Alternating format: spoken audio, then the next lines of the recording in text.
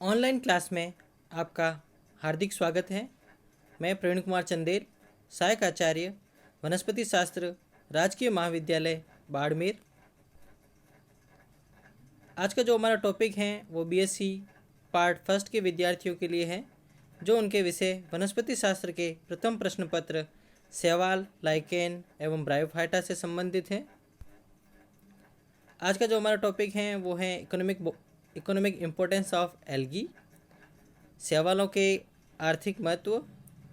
ये टॉपिक जयनारायण विश्वविद्यालय के पाठ्यक्रम अनुसार इस प्रश्न पत्र की इकाई प्रथम में सम्मिलित किया गया है। शैवालों का आर्थिक महत्व। शैवालों के आर्थिक महत्व का वर्णन लाभदायक महत्व एवं हानिकारक महत्व शीर्षकों के अंतर्गत किया जाता है।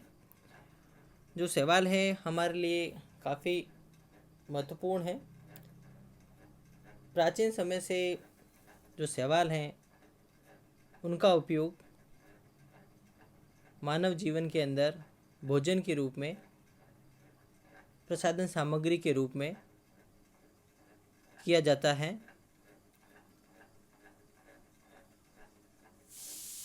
लाभदायक महत्व की बात करें, सबसे पहले जो बेनिफिशियरी हैं वो हैं आपके भोजन के रूप में हम देख सकते हैं इसका। तो भोजन के रूप में अगर हम बात करें तो समुद्री शैवाल कौन कौन से हैं या समुद्री शैवालों का क्या उपयोग किया जा सकता है। समुद्री शैवालों को चावल तथा मछलियों के साथ मिलाकर या सलाद के रूप में खाते हैं। हवाई देश में खाने योग्य शैवालों को लीमू तथा चीन में साओ के नाम से जाना जाता है। जापान तथा चीन के निवासियों के भोजन में समुद्री शैवालें एक महत्वपूर्ण भाग होती हैं।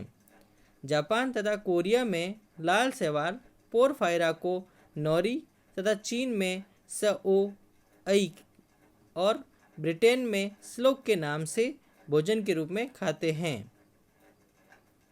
इस शैवाल में विटामिन बी और सी भरपूर मात्रा में होते हैं।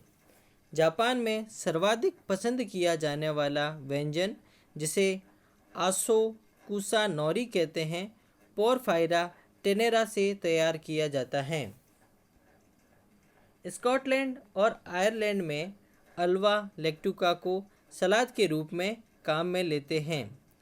कॉन्ड्रस नामक लाल शैवाल से प्राप्त जिलेटिनी कार्बोहाइड्रेट का उपयोग पुडिंग में किया जाता है। रोडीमेनिया पामेटा लाल शैवाल से डल्सी नामक लवणीय पाक तैयार किया जाता है। स्कॉटलैंड में इसे तंबाकू की तरह चबाया जाता है। लेमिनेरिया सेकेरिना भूरा शैवाल से प्राप्त भोजन कोम्बू के नाम से प्रचलित हैं। इसमें कार्बोहाइड्रेट प्रचुर मात्रा में लगभग 57% होता है। जेलिडियम, कॉर्नियम व ग्रेसिलेरिया का उपयोग आइसक्रीम व जेली बनाने में किया जाता है। भारतवर्ष के मणिपुर क्षेत्र में लिमेनिया नामक शैवाल, जिसको हम नुनगुहा के नाम से जानते हैं, से एक स्वादिष्ट भोजन तैयार किया जाता है। ये बात थी समुद्री शैवालों की, और जिसमें हमने अधिकांश देखें जो सदस्य हैं वो भूरे शैवाल तथा लाल शैवाल से संबंधित हैं। अब हम बात करें स्वच्छ जलीय शैवाल, फ्रेश वाटर एल्गी, जिसमें आप देखें सबसे पहले इस क्लोरेला तथा स्पारुलिना नामक स्वच्छ जलीय शैवालों को भोजन के रूप में व्यापक स्तर पर उपयोग किया जाता है। क्लोरेला का उपयोग अंतरिक्ष यात्रियों द्वारा भोजन के रूप में होता है। इसको जापान, अमेरिका तथा चीन में औद्योगिक स्तर पर उगाया जाता है। इसमें 30% प्रोटीन, 15% लिपिड तथा 30% कार्बोहाइड्रेट होते हैं। इसका उपयोग आटा, बिस्कुट, केक, पेस्ट्री तथा सैंडविच बनाने में काम में लिया जाता है। तो इस प्रकार से हम देख सकते हैं कि जो शैवाल हैं वो भोजन के रूप में काफ़ी महत्व रखते हैं, चाहे वो मेराइन वाटर एल्गी हो और या फ्रेश वाटर एल्गी हो। दोनों प्रकार के जो शैवाल हैं उनका काफ़ी रूप से देखें भोजन के रूप में उपयोग किया जाता है। बेनिफिशियरी या लाभदायक महत्व के अंदर हम दूसरे टॉपिक की बात करें। ये दूसरा जो शीर्षक है वो हमारा चारे के रूप में। तो हमने फूड के रूप एल्गी एज ए फूड की बात की हमने। चारे के रूप में बात करें एल्गी एज ए फोडर। समुद्री शैवाल विशेषकर भूरी शैवालों को विश्व के कई भागों में पालतू पशुओं को चारे के रूप में खिलाया जाता है। उदाहरण सार्गेसम, फ्यूकस, लेमिनेरिया तथा मैक्रोसिस्टिस की जातियां पशुओं के चारे के लिए उपयोग में ली जाती हैं। तो इस प्रकार से जो फॉडर के रूप में जो एल्गी यूज कर रहे हैं वो अधिकांशतः आपके फियोफाइसी के मेंबर हैं, ब्राउन एल्गी हैं। जो थर्ड या तीसरा हम लाभदायक महत्व देख सकते हैं वो हैं उर्वरक के रूप में या फर्टिलाइजर के रूप में।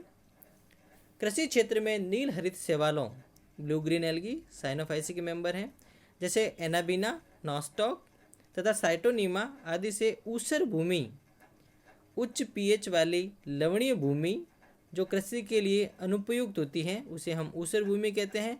तो इस ऊसर भूमि को कृषि योग्य बनाया जा सकता है। इन शैवालों को ऊसर भूमि में उगाने से उनका पीएच कम होकर कार्बनिक पदार्थों की मात्रा बढ़ जाती है। इसके अतिरिक्त ये शैवाल नाइट्रोजन स्थिरीकरण द्वारा मृदा की उर्वरता बढ़ाते हैं। नील हरित शैवालों का उर्वरक के रूप में उपयोग वैज्ञानिक R.N. सिंह द्वारा किया गया।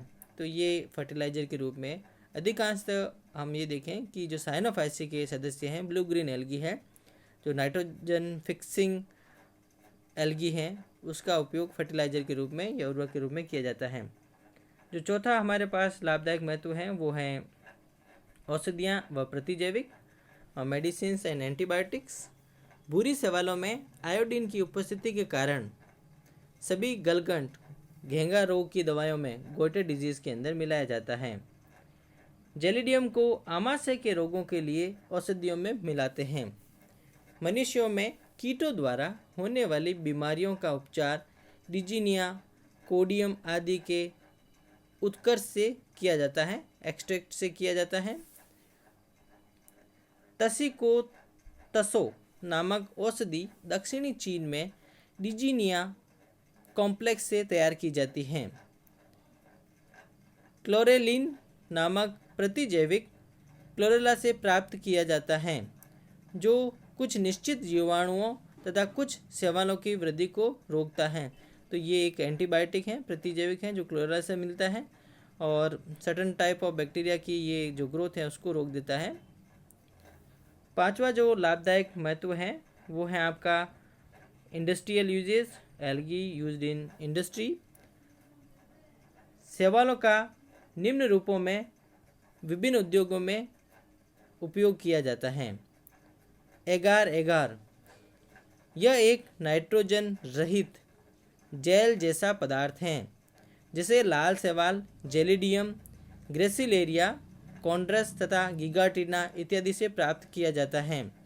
एगार एगार सूक्ष्म जीवों के संवर्धन माध्यम, culture medium of micro organism, दांतों के सांचे बनाने में, डेंटल इम्प्रेशन मोल्ड बनाने में किया जाता है। तो एगार एगार काफ़ी उपयोगी पदार्थ है। दूसरा जो औद्योगिक महत्व का पदार्थ है वो हमारा एल्जीनेट। कुछ भूरी शैवालों जैसे लेमिनेरिया, एस्कोफिलम, लेसोनिया तथा मैक्रोसिस्टिस इत्यादि की प्राथमिक भित्तियों तथा मध्य पटलिकाओं, प्राइमरी वॉल्स और मिडल लेमिला से एल्जीनेट प्राप्त किया जाता है। एल्जीनेट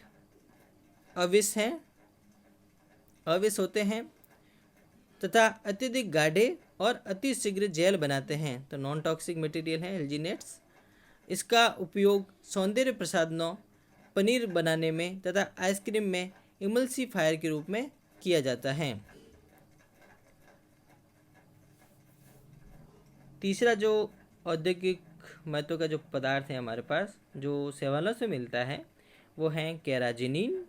यह शैवाल ये जो पदार्थ हैं ये लाल शैवाल कॉन्ड्रस क्रिस्पस जिसको हम आयरिस मॉस के नाम से जानते हैं तथा कुछ मात्रा में गिगाटीना की जातियों से प्राप्त होता है।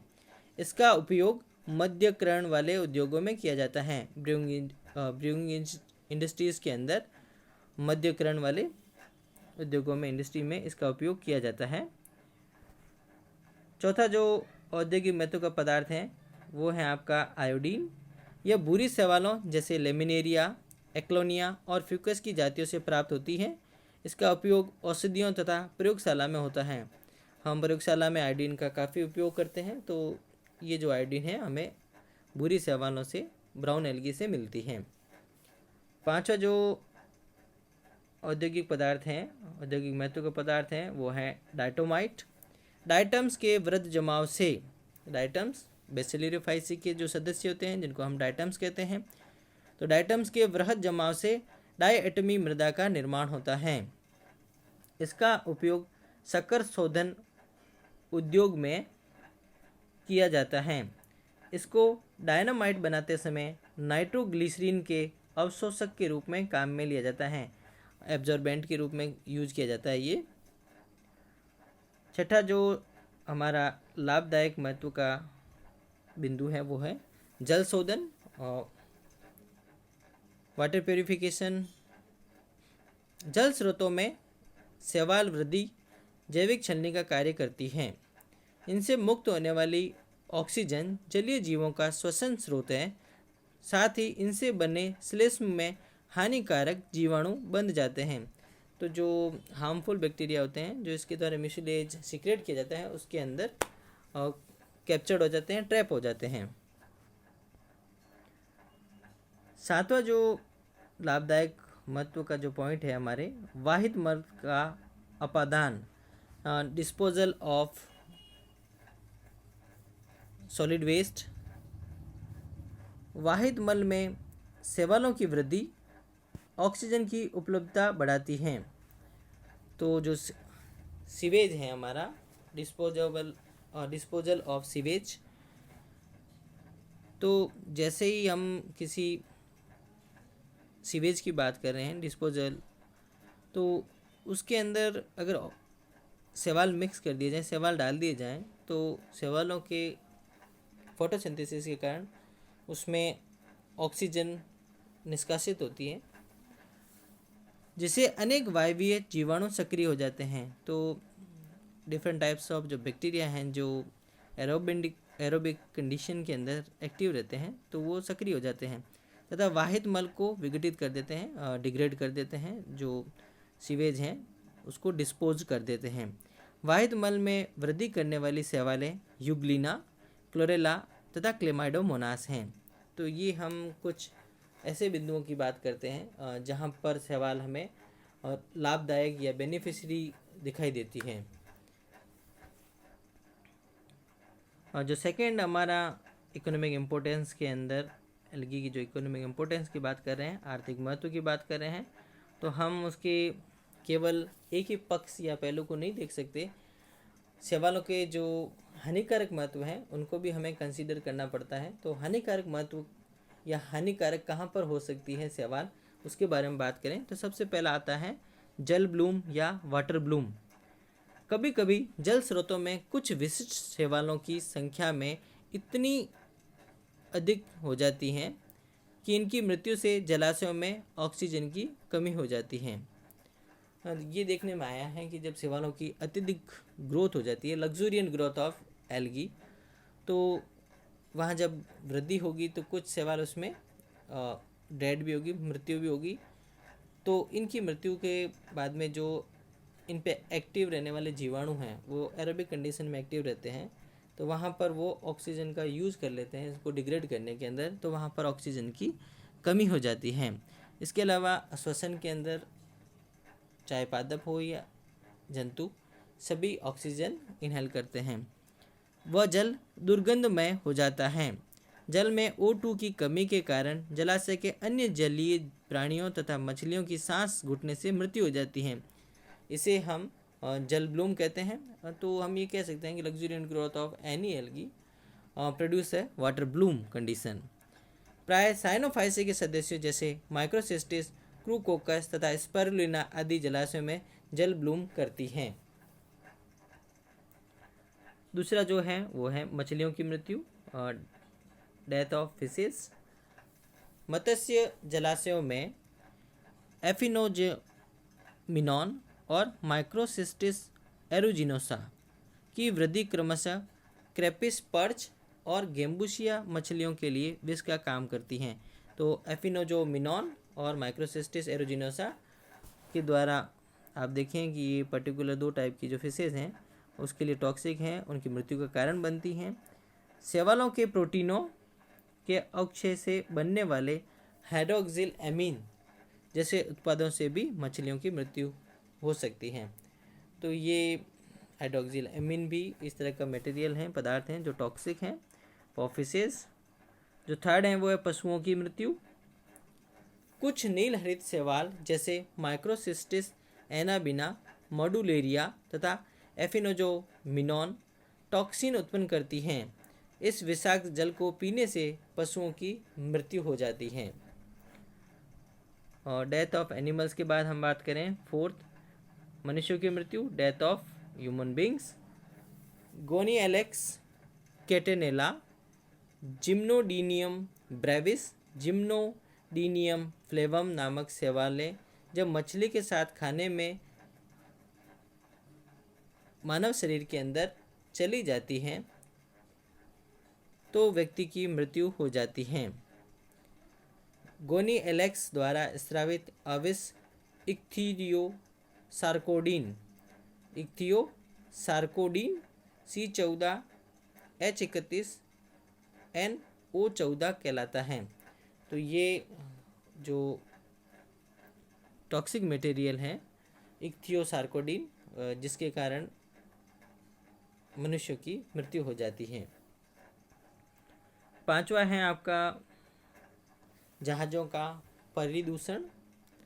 कई बार शैवाल जहाज़ों के पेंदे पर काफ़ी मात्रा में उग जाती हैं और जिससे जहाज़ों की गति में रुकावट उत्पन्न हो जाती है। तो जहाज़ों के नीचे जो भी मशीनरी लगी होती है उसके अंदर एल्गी उनको ग्रो करके, वृद्धि करके और जाम कर देती हैं, जिससे जहाज़ों की गति में और मशीनरी में दिक्कत या रुकावट आती है। जल शुद्धिकरण व वितरण की समस्या, वाटर प्योरिफिकेशन एंड डिस्ट्रीब्यूशन, इसमें भी एक प्रॉब्लम देखी गई है। संग्राही जल स्रोतों जहाँ वाटर स्टोरेज रहता है में जल शुद्धिकरण व वितरण की समस्या आती है। शैवालों की अत्यधिक वृद्धि तथा विघटन उत्पादों से होने वाली दुर्गंध से पानी पीने योग्य नहीं रहता है। इसके अलावा छनन कार्य में रुकावट पैदा होती है।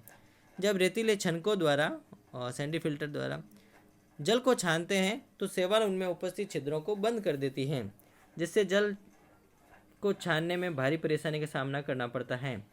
जल के छानने में समस्या ऑसिलेटोरिया, एफिनोजोमिनॉन, ल्यूग्रिन है दोनों, मिलोसिरा, फ्रेजिलेरिया, डायटम्स हैं, बेसिलरिफाइसी के मामले मेंबर्स हैं, ये समस्या उत्पन्न करते हैं।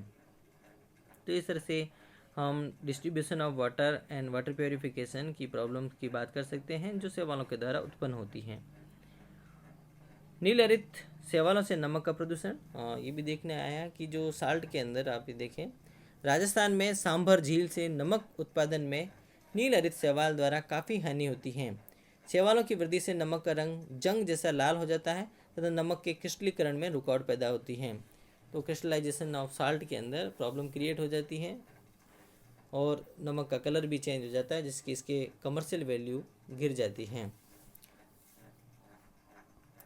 अन्य जो हानिकारक प्रभाव है, महत्व हैं, उनकी बात करें।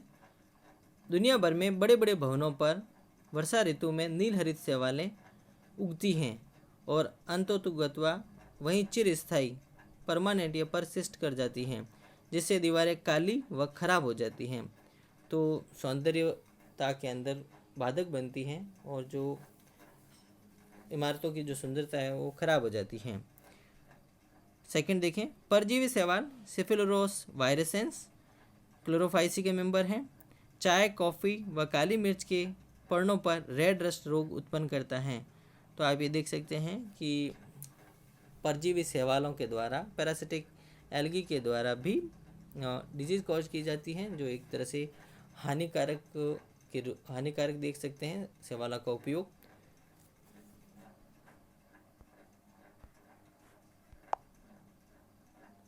थैंक यू, धन्यवाद।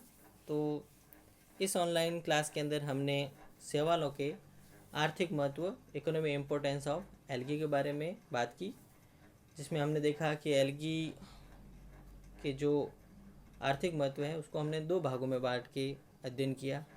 एक जहाँ पर एल्गी हमारे लिए लाभदायक उपयोगी साबित हुई, और एक वो जहाँ पर हमें एल्गी के कारण या शैवालों के हम देख सकते हैं हानिकारक प्रभाव का सामना करना पड़ता है।